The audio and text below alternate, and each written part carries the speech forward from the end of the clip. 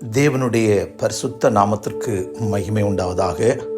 உங்கள் யாவருக்கும் நம்முடைய ஆண்டவரும் இரட்சகருமாயிருக்கிற இயேசு கிறிஸ்துவின் நாமத்தினாலே அன்பின் வாழ்த்துக்களை தெரிவித்துக் கொள்கிறேன். தேவன் பெரிய தயவினாலும் கிருபையினாலும் இந்த வருஷத்தினுடைய கடைசி ஆராதனையை கடைசி ஞாயிற்றுக்கிழமை காண செய்த தேவனை நன்றியோடு கூட ஸ்தோத்திரிக்கிறேன். கர்த்தர் நல்லவர். அவருடைய பெரிய இரக்கமும் பெரிய கிருபையும் நம்மோடு கூட இருந்து இந்த வருடம் முழுவதும் நம்மை காத்தார். ஒரு வருஷத்துல 52 வாரங்கள் இருக்கிறது என்று சொல்லுகிறார்கள், கணக்கிடப்படுகிறது. இந்த 52வது வாரத்தை 52வது ஞாயிற்றுக்கிழமை காண செய்த தேவனை நன்றியோடு கூட ஸ்தோத்தரிக்கிறேன். கர்த்தர் நல்லவர், அவர் கிருபை என்றும் உள்ளது. கர்த்தருக்கு ஸ்தோத்திரம். ஒரு விசை கூட என்னோடு சேர்ந்து இந்த வருஷ கடைசி ஆராதனையை காண செய்த தேவனை, இந்த வருஷத்தின் கடைசி ஆராதனையை நமக்கு தந்த தேவனை எத்தனை பேர் நன்றியுள்ள இதயத்தோடு கூட கர்த்தரை ஸ்தோத்தரிக்கலாம், கர்த்தரை மகிமைப்படுத்தலாம். அப்படி விரும்புகிறவர்கள் கொஞ்ச நேரம் கர்த்தரை ஸ்தோத்திரம் பண்ணலாமே. ஸ்தோத்திரம் ஸ்தோத்திரம் ஸ்தோத்திரம் ஸ்தோத்திரம் ஸ்தோத்திரம் ஸ்தோத்திரம் ஸ்தோத்திரம். ஆண்டவரே நன்றி நன்றி நன்றி, தகப்பனே நன்றி, ராஜாவே நன்றி, இயேசுவே மக்கு நன்றி. ஸ்தோத்திரப்பா ஸ்தோத்திரம். விசேஷமாக கர்த்தருக்கு ஸ்தோத்திரம். இந்த கடைசி ஆராதனையில கர்த்தருக்கு ஸ்தோத்திரம் என் உள்ளத்தில் ஒரு வார்த்தை துணித்து கொண்டே இருந்தது. அதை நான் உங்களோடு கூட பேச ஆசிக்கிறேன். நம்மை நிறுத்து பார்க்கிற கர்த்தர், நம்மை நிறுத்து பார்க்கிற கர்த்தர். நீதிமொழிகளின் புஸ்தகம் Book of Proverbs chapter 21 verse 2. நீதிமொழிகள் 21:2. மனுஷனுடைய வழியெல்லாம் அவன் பார்வைக்கு செம்மையாக தோன்றும், கர்த்தரோ இருதயங்களை நிறுத்து பார்க்கிறார். கர்த்தருக்கு ஸ்தோத்திரம். கர்த்தர் இருதயங்களை நிறுத்து பார்க்கிறார் என்று ஞானி சொல்கிறார். கர்த்தருக்கு ஸ்தோத்திரம். கர்த்தர் தராசிலே வைத்து மனுஷனை நிறுத்து பார்க்கிறது போல நம்முடைய இருதயங்களை கர்த்தர் தராசிலே வைக்கிறார். நம்முடைய இருதயம் நிறுத்து பார்க்கப்படுகிற இருதயமாயிருக்கட்டும். கர்த்தருக்கு ஸ்தோத்திரம். நீதிமொழிகள் 23ஆம் அதிகாரம் 7வது வசனத்திலே அவன் இருதயத்தின் நினைவு எப்படியோ அப்படியே அவன் இருக்கிறான். கர்த்தருடைய நாமத்திற்கு மகிமை உண்டாகட்டும். அவன் இருதயத்தின் நினைவு எப்படியோ அப்படியே அவன் இருக்கிறான். புசியும் பானமண்ணும் என்று அவன் உன்னோடே சொன்னாலும் அவன் இருதயம் உன்னோடே இராது. அது உண்மைதான். அவன் இருதயத்தின் நினைவு எப்படியோ, அவன் இருதயம் எப்படியோ அப்படியே அவன் இருக்கிறான். சில நேரங்கள்ல நம்ம சில நண்பர்களோட வீடுகளுக்கோ சொந்தக்காரங்க வீட்டுக்கு போனால் வாங்க வாங்க சோத்திரம் வந்துட்டீங்க அல்லேலூயா அப்படிலாம் சொல்லுவாங்க. வாங்க உட்காருங்க சாப்பிட்டு போகலாம் அப்படின்வாங்க. அங்கே பார்த்தா ஆமாம் கர்த்தர் ஸ்தோத்திர இருதயத்தில் சொல்லுவாங்க, வந்துட்டான் சாப்பிட்ற நேரத்துக்கு. நானே அந்த விதவை சொன்ன மாதிரி கொஞ்சம் சமையல் பண்ணி வச்சிருக்கிறேன், அதுவும் போச்சா இன்னைக்கு வந்துட்டானா அப்படிங்கிற மாதிரி அன்னைகளுடைய இருதயம் இருக்கும். இருதயம் சேராது. கர்த்தருக்கு ஸ்தோத்திரம். நம்முடைய இருதயத்தின் நினைவுகள் எப்படியோ அப்படியே அவன் இருக்கிறான். கர்த்தருடைய நாமத்திற்கு மகிமை உண்டாகட்டும். இங்கே கர்த்தர் நம்முடைய இருதயத்தை அப்படியே தராசில் வைத்து நிறுத்து பார்க்கிறாராம். கர்த்தர் தராசில் வைத்து நிறுத்து பார்க்கும்போது நம்முடைய இருதயம் எப்படி இருக்கும்? கர்த்தருக்கு ஸ்தோத்திரம். பிரியமானவர்களே, நொறுங்குண்டதும் நறுங்குண்டதுமான இருதயம் நமக்குள்ள இருக்கிறதா? கர்த்தருடைய நாமத்திற்கு மகிமை உண்டாகட்டும். தேவ சமூகத்துக்கு வரும்போதெல்லாம் நம்ம எத்தனை நேரம் இருதயம் உடைக்கப்பட்டிருக்கிறது. வேத வசனம் கண்மலை உடைக்கும் சம்மட்டி என்று எழுதப்பட்டிருக்கிறது. கர்த்தருடைய வசனம் எப்படிப்பட்டதாம்? கண்மலையை உடைக்கும் சம்மட்டி. அப்படியானால் நம்முடைய கடினமான பாறையை போல, மலையை போல, கண்மலையை போல இருக்கிற கர்த்தருக்கு ஸ்தோத்திரம் நம்முடைய கடினமான இருதயத்தை வசனம் உடைத்திருக்கிறதா? கர்த்தருக்கு ஸ்தோத்திரம். இருதயம் உடைக்கப்படும் போது அழுகை வரும். தேவ சமூகத்தில் நாம் இந்த வருஷத்துல எத்தனையாய் கண்ணீர் விட்டிருக்கிறோம். கர்த்தருக்கு ஸ்தோத்திரம். எதற்காக அழுது புலம்பி இருக்கிறோம்? உடைக்கப்பட்ட இருதயம் நமக்கு இருக்கிறதா? கர்த்தருடைய நாமத்திற்கு மகிமை உண்டாகட்டும்.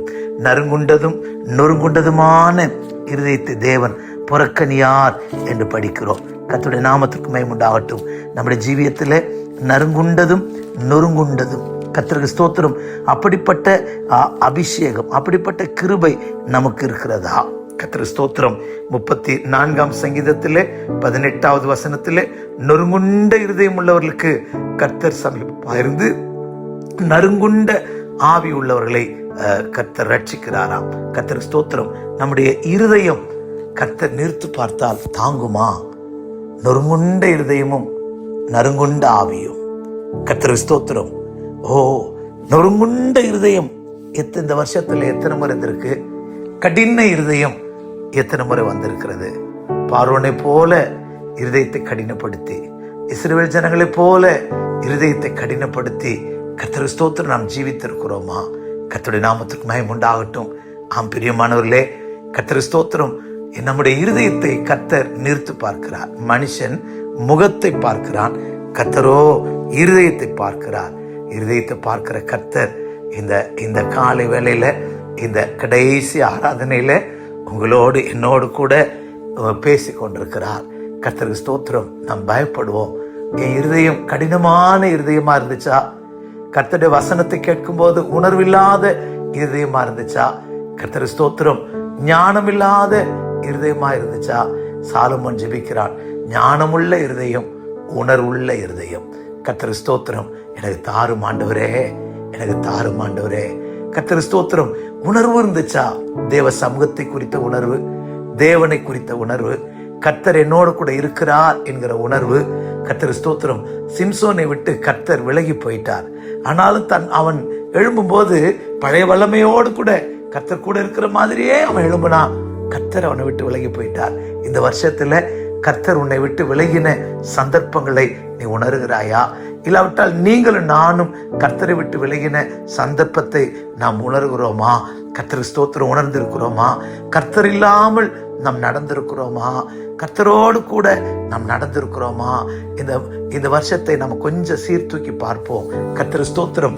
நம்முடைய இருதயத்தை கர்த்தர் நிறுத்து பார்க்கறதுக்கு முன்னாடி நம்ம கொஞ்சம் நிறுத்து பார்க்கலாம். கர்த்தர் ஸ்தோத்திரம். என் இருதயத்தை நிறுத்து பார்க்கிற வேளையில கர்த்தர் ஸ்தோத்திரம். இருதயம் என்ன சொல்லுகிறது? இருதயம் என்ன சொல்லுகிறது? ஆமா, பாலடைக்கிழமை உனக்கு நொறுங்குண்ட இருதயம் அநேக நேரம் இருந்துச்சு. அநேக நேரம், அதை விட அதிகமான நாட்கள், அதிகமான மாதங்கள் கடின இருதயம் இருந்துச்சு. உங்க இருதயம் என்னோட பேசுகிறதா? கர்த்தருக்கு ஸ்தோத்திரம். இதைதான் அப்போஸ்தலனாகிய யோவான் அப்போஸ்தலன் கர்த்தருக்கு ஸ்தோத்திரம் சொல்லும் போது அழகாய் சொல்லுகிறார். நம்முடைய இருதயமே நம்மை குற்றவாளிகளாய் தீர்க்குமானால், கர்த்தருக்கு ஸ்தோத்திரம், நம்முடைய இருதயமே நம்மை குற்றவாளிகளாய் தீர்க்குமானால், அதிலும் கர்த்தர் பெரியவராயிருந்து நம்மை குற்றவாளிகள் என்று தீர்க்காதிருக்கிறது எப்படி? கர்த்தருடைய நாமத்துக்கு மகிமை உண்டாகட்டும். நம்முடைய இருதயம் நம்மோடு கூட பேசட்டும். நம்முடைய இருதயம் நம்மோடு கூட பேச இடம் கொடுப்போம். கர்த்தர் நம்மோடு கூட பேச நாம் இடம் கொடுப்போமாக. கர்த்தர் ஸ்தோத்திரம். 1 யோவான் 3ஆம் அதிகாரம் 20வது வசனத்திலே, 1 John chapter 3 verse 20, நம்முடைய இருதயமே நம்மை குற்றவாளிகளாய் தீர்க்குமானால் தேவன் நம்முடைய இருதயத்திலும் பெரியவராயிருந்து சகலத்தையும் அறிந்திருக்கிறார். கர்த்தருக்கு ஸ்தோத்திரம். பிரியமானவர்களே, நம்முடைய இருதயம் நம்மை குற்றவாளிகள் என்று தீர்க்காதிருந்தால் நாம் தேவனிடத்தில் தைரியம் கொண்டு அவருடைய கற்பனைகளை நாம் கை கொண்டு அவருக்கு முன்பாக பிரியமானவர்களை செய்கிறபடினால் நாம் வேண்டிக் கொள்கிறது எதுவோ அதை அவராலே பெற்றுக்கொள்வோம் என்று அறிந்திருக்கிறோம். அப்படியானால் இந்த கடைசி வருஷத்தின் கடைசி ஆராதனையில நம்ம கர்த்தர் இருதயங்களை நிறுத்து பார்க்கிறார். பயமா இருக்கு. கர்த்தர் ஸ்தோத்திரம். என் இருதயத்தை கர்த்தர் வெயிட் போட்டாருன்னா, கர்த்தர் ஸ்தோத்திரம் எடை போட்டாருன்னா, கர்த்தர் ஸ்தோத்திரம் என் இருதயம் எப்படி இருக்கும்? குறைவுள்ளதா இருக்கிறதா? தெக்கேல், கர்த்தர் ஸ்தோத்திரம். மெனே தெக்கேல் உப்பார்சின். தெக்கேல் என்பதற்கு தராசிலே நிற்கப்பட்டு நீ குறைவுள்ளவனாய் காணப்பட்டாய். கர்த்தர் ஸ்தோத்திரம்.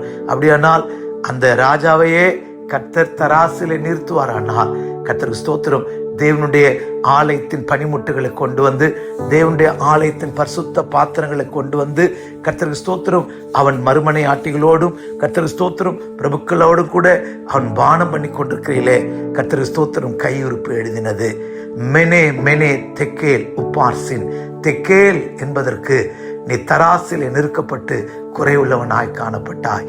அப்படியானால் கர்த்தர் ஸ்தோத்திரம், நம்முடைய இருதயத்தை ஒரு ராஜாவையே கர்த்தர் நிறுத்து பார்த்து அவன் குறைவுள்ளவன் என்று கர்த்தர் கண்டது சத்தியமானால், அருமையான தேவ ஜனமே, உங்களுடைய இருதயத்தையும் என்னுடைய இருதயத்தை கர்த்தர் நிற்கும் போது, இது உடைக்கப்பட்ட இருதயம், இது கடினமுள்ள இருதயம், கர்த்தர் ஸ்தோத்திரம், இது கர்த்தர் ஸ்தோத்திரம் உணர்வுள்ள இருதயம், இது உணர்வில்லாத இருதயம். என்ன சொல்ல போகிறார்? எப்படி நம்மை கர்த்தர் நிற்க போகிறார்? பயப்படுவோம். கர்த்தருடைய நாமத்துக்கு மகிமை உண்டாகட்டும். ஆண்டவரே, இருதயம் சரியில்லாவிட்டால் நம்முடைய இருதயத்தை கர்த்தருக்கு நேராய் திருப்புவோம், கர்த்தருக்கு நேராய் திருப்புவோம். கர்த்தருடைய நாமத்துக்கு மகிமை உண்டாகட்டும். எரேமியா தீர்க்கதரிசி அதை தான் சொல்லுகிறான். எரேமியா 4ஆம் அதிகாரத்திலே நாம் படிக்கும்போது கர்த்தருக்கு ஸ்தோத்திரம், எரேமியா தீர்க்கதரிசி சொல்லும்போது நம்முடைய இருதயம் என்ன செய்யணுமா? கர்த்தருக்கு நேராய் திரும்பணுமா? எரேமியாவின் புஸ்தகத்திலே கர்த்தருக்கு ஸ்தோத்திரம் 4ஆம் அதிகாரத்திலே பாருங்கள், 4வது வசனம். யூதா மனுஷரே, எருசலேமின் குடிகளே, உங்கள் கிரியைகளுடைய பொல்லாப்பு நிமித்தம் என் உக்கிரகம் அக்கினியைப் போல எழும்பி அவிப்பார் இல்லாமல் எரியாதபடிக்கு நீங்கள் கர்த்தருக்கென்று உங்கள் இருதயம் உங்களை விருத்த பண்ணி உங்கள் இருதயத்தின் நுனித்தோள்களை நீக்கி போடுங்கள். கர்த்தருடைய நாமத்துக்கு மகிமை உண்டாகட்டும். நம்முடைய இருதயத்தின் நுனித்தோள்களை நாம் நீக்கி போடணுமா? கர்த்தருக்கு ஸ்தோத்திரம்.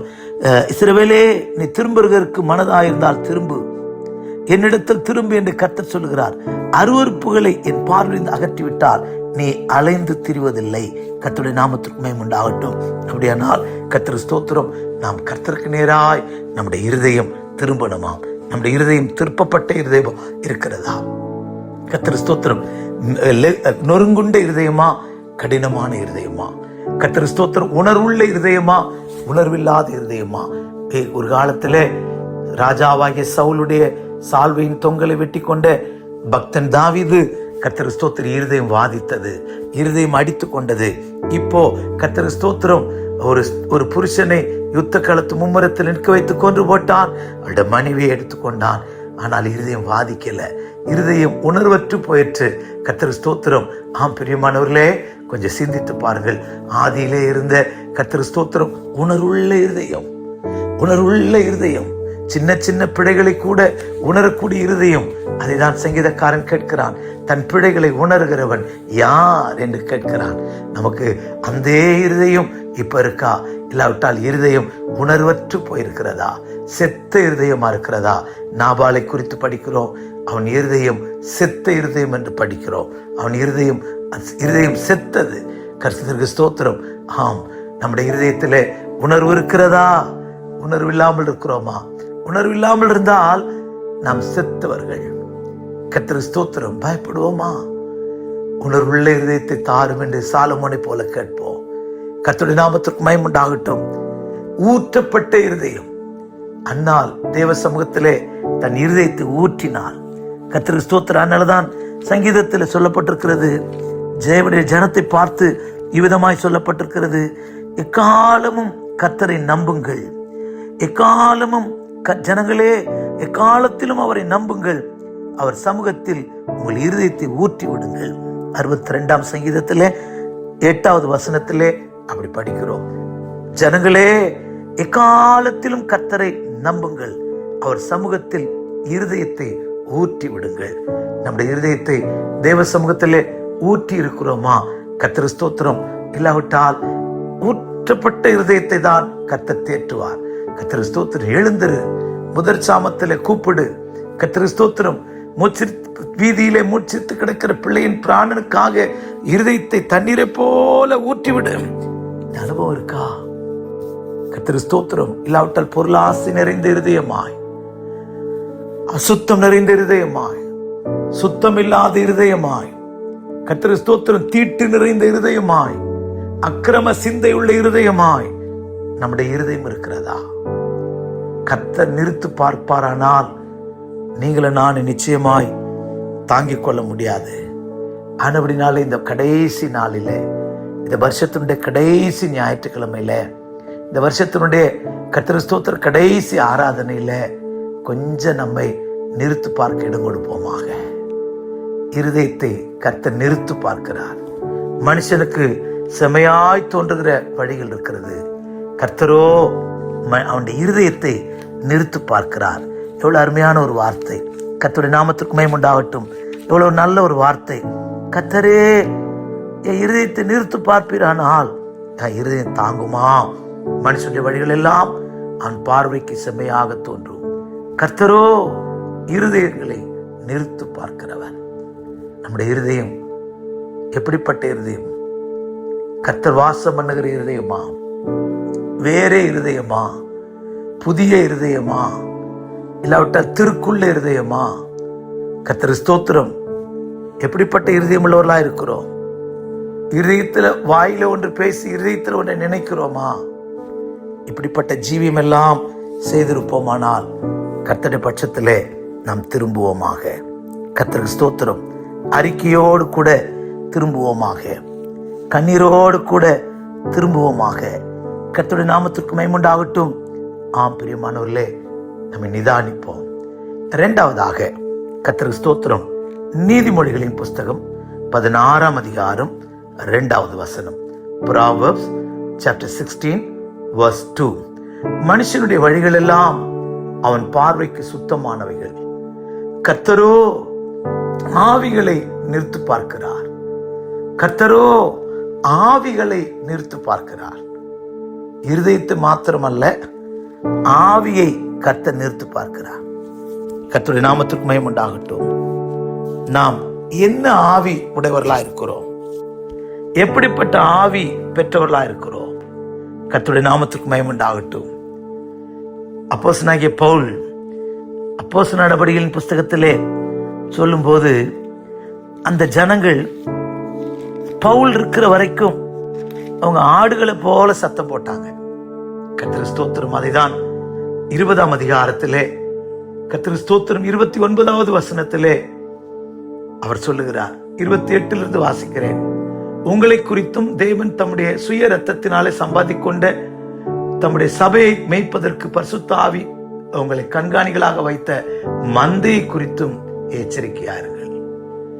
நான் போன பின்பு மந்தையை தப்ப விடாத கொடிதான ஓநாய்கள் உங்களுக்குள்ளே வரும். உங்களில் சிலர் எழும்பி சீசர்களை தங்களிடத்தில் இழுத்துக் கொள்ளும்படி மாறுபாடானவைகளை போதிப்பார்கள் என்று அறிந்திருக்கிறேன். பவுல் இருக்கும்போது ஆடு போல பேசுறாங்க. பவுல் எப்படா போவாரு? பவுல் எப்ப இடத்த காலி பண்ணுவாரு? அண்ணன் எப்ப சாவான்? திண்ண எப்ப காலி ஆகும்? கர்த்தருக்கு ஸ்தோத்திரம். பவுல் இருக்கிற வரைக்கும் கட்டுப்பாடோடு இருக்கிறாங்க.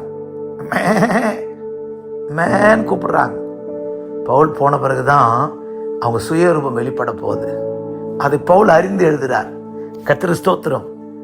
கர்த்தரோ ஆவிகளை நிறுத்து பார்க்கிறார். நம்மை கர்த்தர் நிறுக்கிறதுக்கு முன்னாடி எப்படிப்பட்ட ஆவி உடையவனாய் நான் இருக்கிறேன்? எப்படிப்பட்ட ஆவியை நான் பெற்றிருக்கிறேன்? கர்த்தருடைய நாமத்துக்கு மகிமை உண்டாகட்டும். நம்மை நாமே நிதானித்து பார்ப்போமாக. நம்மை நாமே நிதானித்து அறிவோமாக. கர்த்தருக்கு ஸ்தோத்திரம். ஆம் பிரியமானவர்களே, கர்த்தருக்கு ஸ்தோத்திரம். இயேசுவோடு கூட இருந்த சீஷர்களை பார்த்து இயேசு விதமாய் சொன்னார். லூக்கா 9ஆம் அதிகாரம் 55வது வசனத்திலே அவர் திரும்பி பார்த்து, நீங்கள் என்ன ஆவி உள்ளவர்கள் என்பதை அறியீர்கள் என்று அதட்டி என்று படிக்கிறோம். நீங்க எப்படிப்பட்ட ஆவி உங்களுக்குள்ள இருக்கிறது? ஏன்னா கர்த்தருக்கு ஸ்தோத்திரம். அங்கே கர்த்தருக்கு ஸ்தோத்திரம் 51 வாசிக்கும் போது, அவர் எடுத்துக்கொள்ளப்படும் நாட்கள் சமீபித்த போது அவர் எருசலேமுக்கு போக தமது முகத்தை திருப்பி நமக்கு முன்னாக தூதர்களை அனுப்பினார். அவர்கள் போய் அவருக்கு இடத்தை ஆயத்தம் பண்ணும்படி சமாரியருடைய ஒரு கிராமத்திலே பிரவேசித்தார்கள்.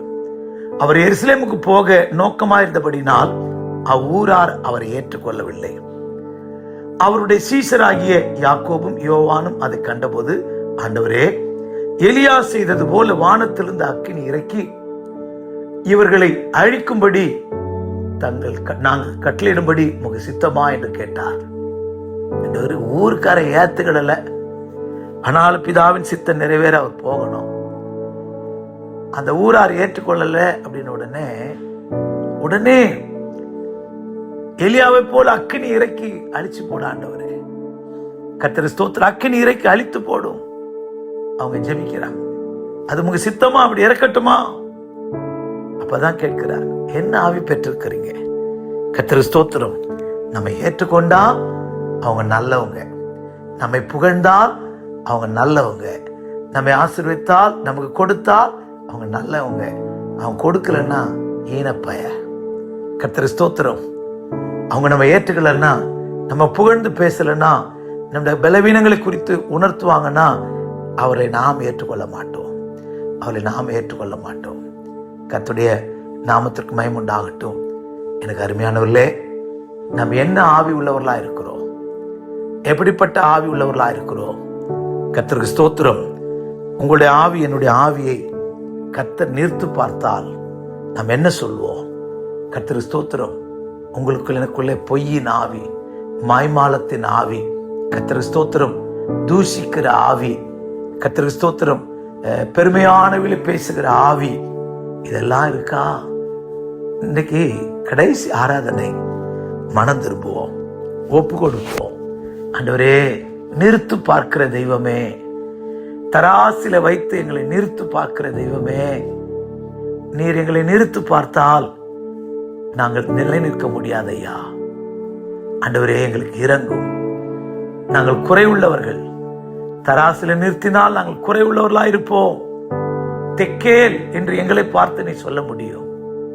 எங்களை கழுவும், எங்களை சுத்திகரியும், எங்களை பரிசுத்தப்படுத்தும். ஆண்டவரே, கிருபையா எங்கள் மேல் இறங்கும். எங்களை கோபத்திலே வாரிக்கொள்ளாதிரும். கர்த்தர்ட்ட கேட்கலாமா? கர்த்தருக்கு ஸ்தோத்திரம். யோபு கூட, பக்தனாகிய யோபு, அவர் எந்த விதத்தில் அவர் சொன்னார் எனக்கு அது விளங்கிக் கொள்ள இயலவில்லை. கர்த்தருக்கு ஸ்தோத்திரம். 31ஆம் அதிகாரம் 6வது வசனத்திலே, 31:6, book of Job chapter 31 verse 6, சுமுத்திரையான தராசிலே தேவன் என்னை நிறுத்தி என் உத்தமத்தை அறிந்து கொள்வாராக. சொல்லும் போதே பயமா இருக்கு. உத்தமத்தை, நான் எவ்வளவு உத்தமமாய் நடந்தேன் என்பதை குறித்து அவர் சொல்லுகிறார்.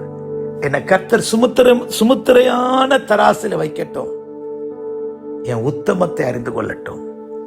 இதே போலதான் சங்கீதக்காரன் கூட சொல்லுகிறான். என்ன சொல்லுகிறான்? நீர் என்னை சோதித்து என்னை புடமிட்டு பார்த்தும் ஒன்றும் காணாதிருக்கிறீர். கர்த்தருடைய நாமத்திற்கு மகிமை உண்டாகட்டும். ராக்காலங்களில் என்னை சோதித்து என்னை புடமிட்டு பார்த்தும் ஒன்றும் காணாதிருக்கிறீர். அவனுடைய ஜீவியத்தை அவன் விதமாய் சொல்லுகிறான். கர்த்தருடைய நாமத்திற்கு மகிமை உண்டாகட்டும். 17ஆம் சங்கீதம் 3ஆம் வசனம், என் இருதயத்தை பரிசோதித்து ராக்காலத்தில் அதை விசாரித்து என்னை புடமிட்டு பார்த்தும் ஒன்றும் காணாதிருக்கிறீர். என் வாய் மீறாதபடிக்கு நான் தீர்மானம் பண்ணினேன். இங்கே சங்கீதக்காரனும் சொல்லுகிறார், என்னை புடமிட்டு பார்த்து ஒன்றும் இல்லை, என்னை தராசிலே நிறுத்தி என் உத்தமத்தை அறியட்டும், என் உத்தமத்தை அறியட்டும். அவருடைய உத்தமம் என்ன? முதல் வசனத்திலே 31:1, என் கண்களோடு உடன்படிக்கை பண்ணின நான் ஒரு கண்ணியின் மேல் நினைவாயிருப்பது எப்படி? என் கண்ணில பரிசுத்தம் என்று சொல்லுகிறார். 7வது வசனத்திலே, கர்த்தருக்கு ஸ்தோத்திரம், 31:7, யோபின் புஸ்தகத்திலே, என் நடைகள் வழியை விட்டு விலகினதும் என் இருதயம் என் கண்களை பின்தொடர்ந்ததும் ஏதாகிலும் ஒரு மாசு என் கைகளில் ஒட்டி கொண்டதும் உண்டானான். கர்த்தருக்கு ஸ்தோத்திரம். சுத்த இருதயம், சுத்த நடை, சுத்த கைகள். 9வது வசனத்திலே, என் மனம் யாதொரு ஸ்திரீயின் மேல் மயங்கி அயலானுடைய வாசலை நான் எட்டி பார்த்தது உண்டானால். சுத்த ஜீவியம். கர்த்தருக்கு ஸ்தோத்திரம். இப்படி நிறைய காரியங்களை நாம் சொல்லிக்கிட்டே போகலாம். கர்த்தர் என்னை, கர்த்தருக்கு ஸ்தோத்திரம், தராசில் நிறுத்தட்டும். 33வது வசனத்திலே அவர் சொல்லுகிறார், ஆதாமை போல என் மீறுதல்களை மூடி என் அக்கிரமத்தை மடியிலே ஒளித்து வைத்தேனோ. கர்த்தருக்கு ஸ்தோத்திரம். இல்ல, மலைகளை தராசால் நிறுத்துகிறவர் யார் என்று நாம் ஏசாயா 40:12 படிக்கிறோம். ஐசையா 40:12 அங்க படிக்கும். மலைகளையே தராசால் நிறுத்துகிறவர் நம்ம இருதயத்தை நிறுத்தி பார்ப்பதே மாத்திரம். இந்த ஆவியை நிறுத்து பார்ப்பது எம்மாத்திரம், இந்த ஜீவியத்தை நிறுத்து பார்ப்பது எம்மாத்திரம். ஆண்டவரே, நான் குறை உள்ளவன், நான் பலவீனன் என்று நம்மை தாழ்த்தி ஒப்பு கொடுப்போம். நிறுத்து பார்க்கிற தேவனுடைய கையிலே நம்மை சமர்ப்பிப்போம், சுத்தம் பண்ணிக்கொள்வோம், அறிக்கையிடுவோம், மெய் மனஸ்தாபத்தோடு கர்த்தரிடத்தில் வருவோம், புதிய தீர்மானத்தோடு புதிய பிரதிஷ்டையோடு கூட பரிசுத்தமாக்கி கொண்டு காத்திருந்து புதிய வருஷத்தில் பிரவேசிக்க கர்த்தர் நமக்கு அருள் செய்வாராக, கிருபை புரிவாராக. ஒப்பு கொடுக்கலாமா? ஜெபிப்போமா? எங்கள் நல்ல இயேசுவே, நன்றியோடு ஸ்தோத்தரிக்கிறோம். நீர் இருதயங்களை நிறுத்து பார்க்கிற தெய்வம், ஆவிகளை நிறுத்து பார்க்கிற தெய்வம். ஆண்டவரே, யோபை தன்னுடைய தைரியமாய் மனசாட்சி காலத்தில் வாழ்ந்த பரிசுத்தவனாகிய யோபு விதமாய் சொல்லுகிறார், சுமுத்திரையான தராசிலே என்னை அவர் நிறுத்தி பார்க்கட்டும், என் உத்தமத்தை அறிந்து கொள்ளட்டும் என்று சொல்லுகிறார். எங்களுடைய ஜீவியத்தை கர்த்தாவே, அந்த தைரியம் எங்களுக்கு இல்லை. எங்களுடைய ஜீவியத்தை நிறுத்துவீரானால் நாங்கள் அக்கிரமம் நிறைந்த இருதயமும் பொல்லாத இருதயமும் தெற்குள்ள இருதயமும் உடையவர்களா இருக்கிறோம். ஆவி, நல்ல ஆவி எங்களுக்குள்ள இல்லையா? அந்த நல்ல ஆவி நெகேமியா சொல்லுகிறது போல உணர்வுள்ள ஆவி, நல்ல ஆவி அவர்கள் கட்டளையிட்டீர் என்று படிக்கிறோம். நீர் கட்டளையிட்டது உண்மை, நாங்களோ துஷ்ட ஆவி உடையவர்களாய், பிசாசின் சிந்தை உடையவர்களாய் எங்களை மாற்றிக்கொண்டோம். எங்களை கர்த்தாவே மன்னியும். எங்களுடைய கண்கள், எங்களுடைய மனம், எங்களுடைய கைகள் எல்லாவற்றையும் சுத்திகரியும். இப்படி ஆகிலும் ஆண்டவரே, நாங்கள் சுத்திரிக்கப்பட்டவர்களாய், ஆண்டவரே, நாங்கள் கழுவப்பட்ட பாத்திரமாய் இந்த புதிய ஆண்டிலே புதிய பிரதிஷ்டையோடு தீர்மானத்தோடு பிரவேசிக்கணும். அதற்கு எங்களுக்கு அனுக்கிரகம் செய்யும். இந்த நாட்கள், இந்த வருஷத்தின் கடைசி ஆராதனை ஒரு சுத்திகரிப்பின் ஆராதனையா எங்களுக்கு மாறட்டும். இன்னும் மீதம் இருக்கிற இந்த 3 நாட்களையும் ஒவ்வொரு அங்கமாய், ஒவ்வொரு அவயமாய் எங்களை சுத்திகரித்துக் கொண்டு கிருபையிலோடு எங்களுக்கு உதவி செய்யும். இரக்கம் பாராட்டும். இயேசுவின் நாமத்தில் பிதாவே, ஆமென், ஆமென். God bless you. Praise the Lord.